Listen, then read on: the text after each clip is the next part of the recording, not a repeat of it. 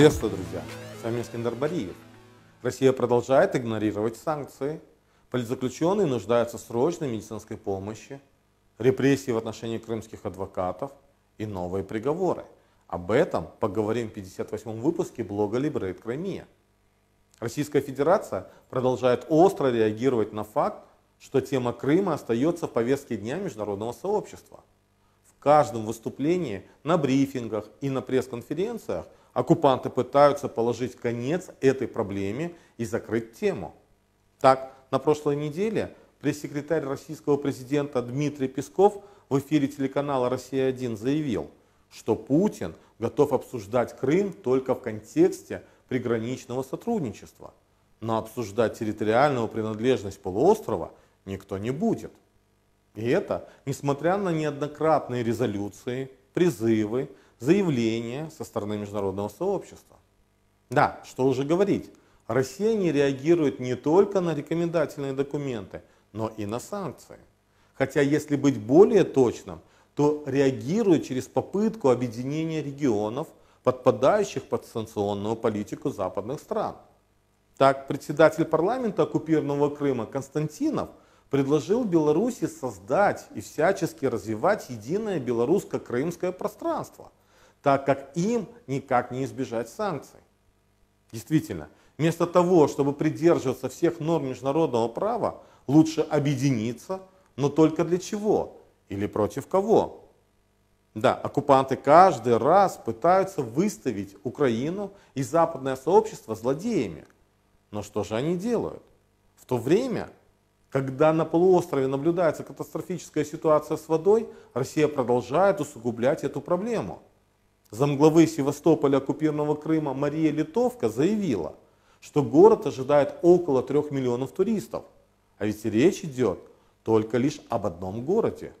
Что же будет дальше? Ведь все эти люди будут активно использовать воду. К чему это приведет? А может, они уверены, что в Крым потечет вода по Северокрымскому каналу? Так, на прошлой неделе в Украине произошло то, о чем предупреждали.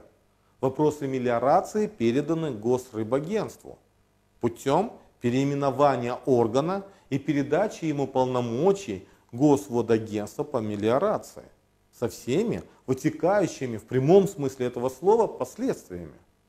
Примечательно, что общественный резонанс смог приостановить этот процесс всего лишь на 1 месяц, но не остановил вообще.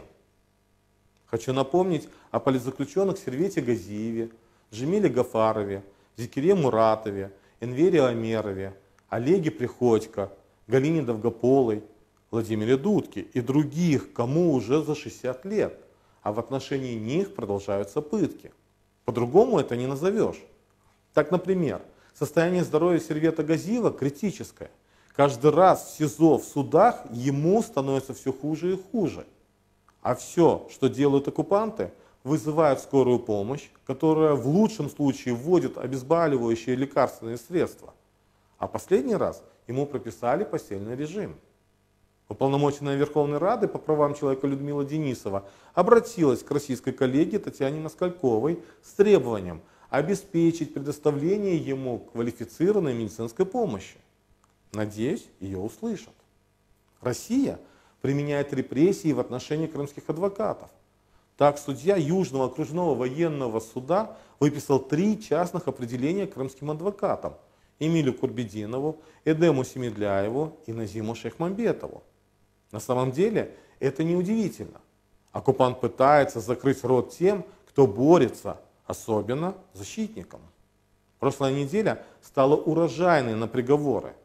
Евпаторийский городской суд оккупированного Крыма приговорил гражданина Украины на срок 1 год с отбыванием наказания в исправительной колонии общего режима за создание экстремистского сообщества.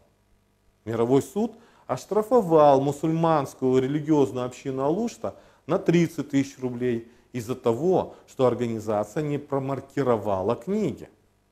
А Судакский городской суд оккупированного Крыма оштрафовал активиста Редвана Умерова на 30 000 рублей по статье 205.6 Уголовного кодекса Российской Федерации «Несообщение о преступлении».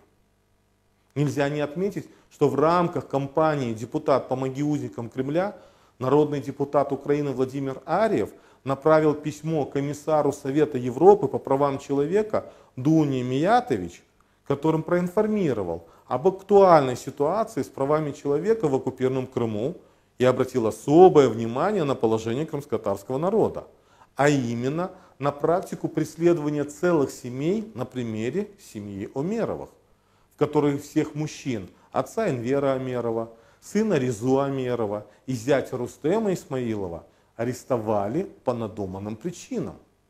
Боритесь за Крым, боритесь за Украину, проявляйте солидарность и ставьте лайки.